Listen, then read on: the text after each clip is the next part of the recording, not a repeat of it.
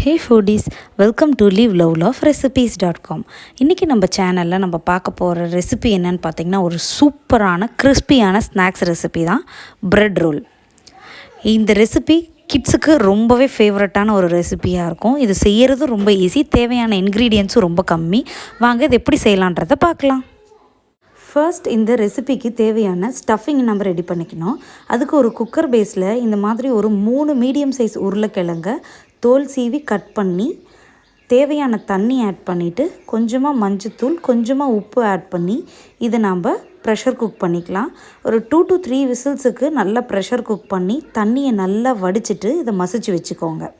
இப்போது இந்த மாதிரி ஒரு கடாயில் 3 டேபிள் ஸ்பூன்ஸ் அளவுக்கு ஆயிலை ஹீட் பண்ணிவிட்டு ஒரு 1 டீஸ்பூன் அளவுக்கு ஜீரகம் ஆட் பண்ணிக்கலாம். கூடவே கொஞ்சமாக பெருங்காயத்தூள், ஒரு பிக் சைஸ் ஆனியனை நல்லா ஃபைனாக சாப் பண்ணி அதையும் ஆட் பண்ணி சாட்டே பண்ணிக்கலாம். இப்போ இது கூடவே ஒரு 1 டீஸ்பூன் அளவுக்கு ஜிஞ்சர் கார்லிக் பேஸ்ட் ஆட் பண்ணிவிட்டு அதோட ராஸ்மெல் போகிற வரைக்கும் நல்லா சாட்டே பண்ணிக்கோங்க.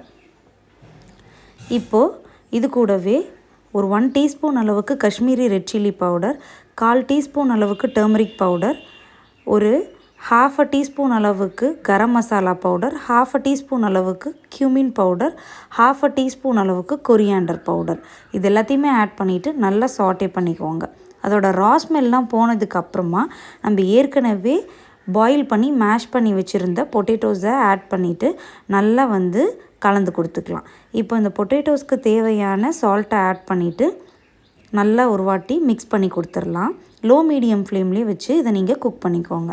இப்போது வாசனைக்காக கொஞ்சமாக கொத்தமல்லி இலைகளை ஆட் பண்ணிவிட்டு எல்லாத்தையும் நல்லா கலந்து விட்டுட்டு ஃப்ளேமை சுவிட்ச் ஆஃப் பண்ணிட்டோம் அப்படின்னா நம்மளோட ஸ்டஃபிங் ரெடி ஆகிடும். இப்போது இந்த ஸ்டஃபிங் எல்லாத்தையுமே நம்ம பிளேட்டுக்கு ட்ரான்ஸ்ஃபர் பண்ணி நல்லா ஆற வச்சிடலாம்.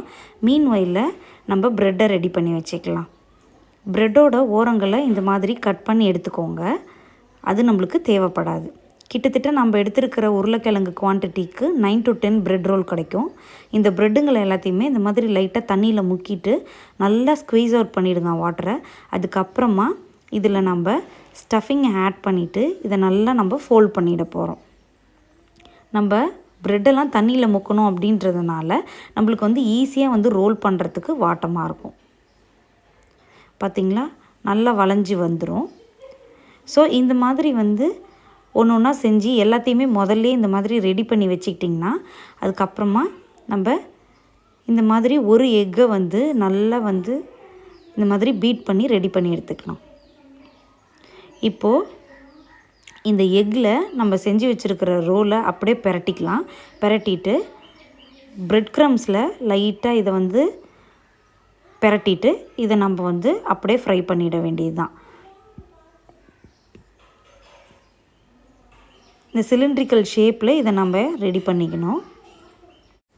இப்போது இந்த ரெசிபியை பொறுத்த வரைக்கும் ஒரு டிப் என்ன அப்படின்னு பார்த்திங்கன்னா, ஃபர்ஸ்ட் இந்த மாதிரி நம்ம ப்ரெட்டை நல்லா தண்ணியில் முக்கிட்டு அதுக்கப்புறமா ஸ்டஃபிங்கை ஆட் பண்ணிவிட்டு இந்த மாதிரி நல்ல ஒரு சிலிண்ட்ரிக்கல் ஷேப்பில் சுற்றி எல்லாத்தையுமே ஃபஸ்ட்டு இந்த மாதிரி செஞ்சுட்டு அதுக்கப்புறமா எல்லாத்தையும் நம்ம எக் மிக்சரில் நினச்சிட்டு அதுக்கப்புறமா ப்ரெட் க்ரம்ஸில் பிரட்டணும் அப்படின்னா அது ரொம்ப ஈஸியாக இருக்கும். முதல்ல இந்த சிலிண்ட்ரிக்கல் ஷேப்பில் இதெல்லாம் செஞ்சு வச்சிடுறது நம்மளுக்கு கொஞ்சம் ஹெல்ப்ஃபுல்லாக இருக்கும்.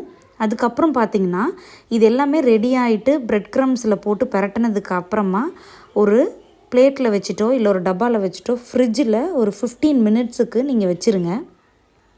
அந்த மாதிரி வச்சிங்கன்னா ப்ரெட் க்ரம்ஸ்லாம் நல்லா ஒட்டிக்கும், நல்லா செட் ஆகிடும், வளவலன்னு இருக்காது பொரிக்கும்போது. ஸோ இது 2வது டிப்பு.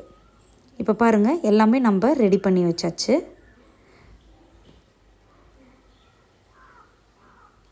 இது எல்லாத்தையுமே ஃப்ரிட்ஜில் ஸ்டோர் பண்ணி எடுத்துடலாம். மீன்வையில் நம்ம எண்ணெயும் காய வச்சிடலாம். எண்ணெய் காஞ்சதுக்கப்புறமா ஒரு ஓவர் க்ரௌட் பண்ணாமல் ஜஸ்ட்டு ஒரு 2-3 போட்டு நீங்கள் எடுத்தீங்க அப்படின்னா சரியாக இருக்கும். இந்த ரெசிபியை பொறுத்த வரைக்கும் ஃப்ளேம் ரொம்ப ஹையில் இருந்தது அப்படின்னா போட்ட உடனே கரிஞ்சிரும். அதே மாதிரியே ஃப்ளேம் ரொம்ப லோவில் இருந்தது அப்படின்னா நம்ம போட்டதுக்கப்புறமா நிறைய எண்ணெய் குடிக்கிறதுக்கான சான்சஸ் அதிகமாக இருக்குது. ஸோ ஒரு மீடியம் ஃப்ளேமில் வச்சு கொஞ்சமாக கோல்டன் கலர் ஆகிற வரைக்கும் வெயிட் பண்ணிவிட்டு உடனே நீங்கள் வெளியில் எடுத்துட்டிங்க அப்படின்னா நிறைய எண்ணெய் குடிக்கவே குடிக்காது. கண்டிப்பாக இந்த சூப்பரான டேஸ்டியான ரெசிபி நீங்களும் ட்ரை பண்ணி பார்த்துட்டு எப்படி வந்ததுன்றதை காமெண்ட்ஸில் சொல்லுங்கள். இந்த ரெசிபி உங்களுக்கு பிடிச்சிருந்தது அப்படின்னா மறக்காமல் நம்ம சேனலை சப்ஸ்கிரைப் பண்ணுறதோட மட்டும் இல்லாமல் உங்கள் ஃப்ரெண்ட்ஸ் அண்ட் ரிலேட்டிவ்ஸ்க்கும் ஷேர் பண்ணுங்கள். தேங்க்ஸ் ஃபார் வாட்சிங்.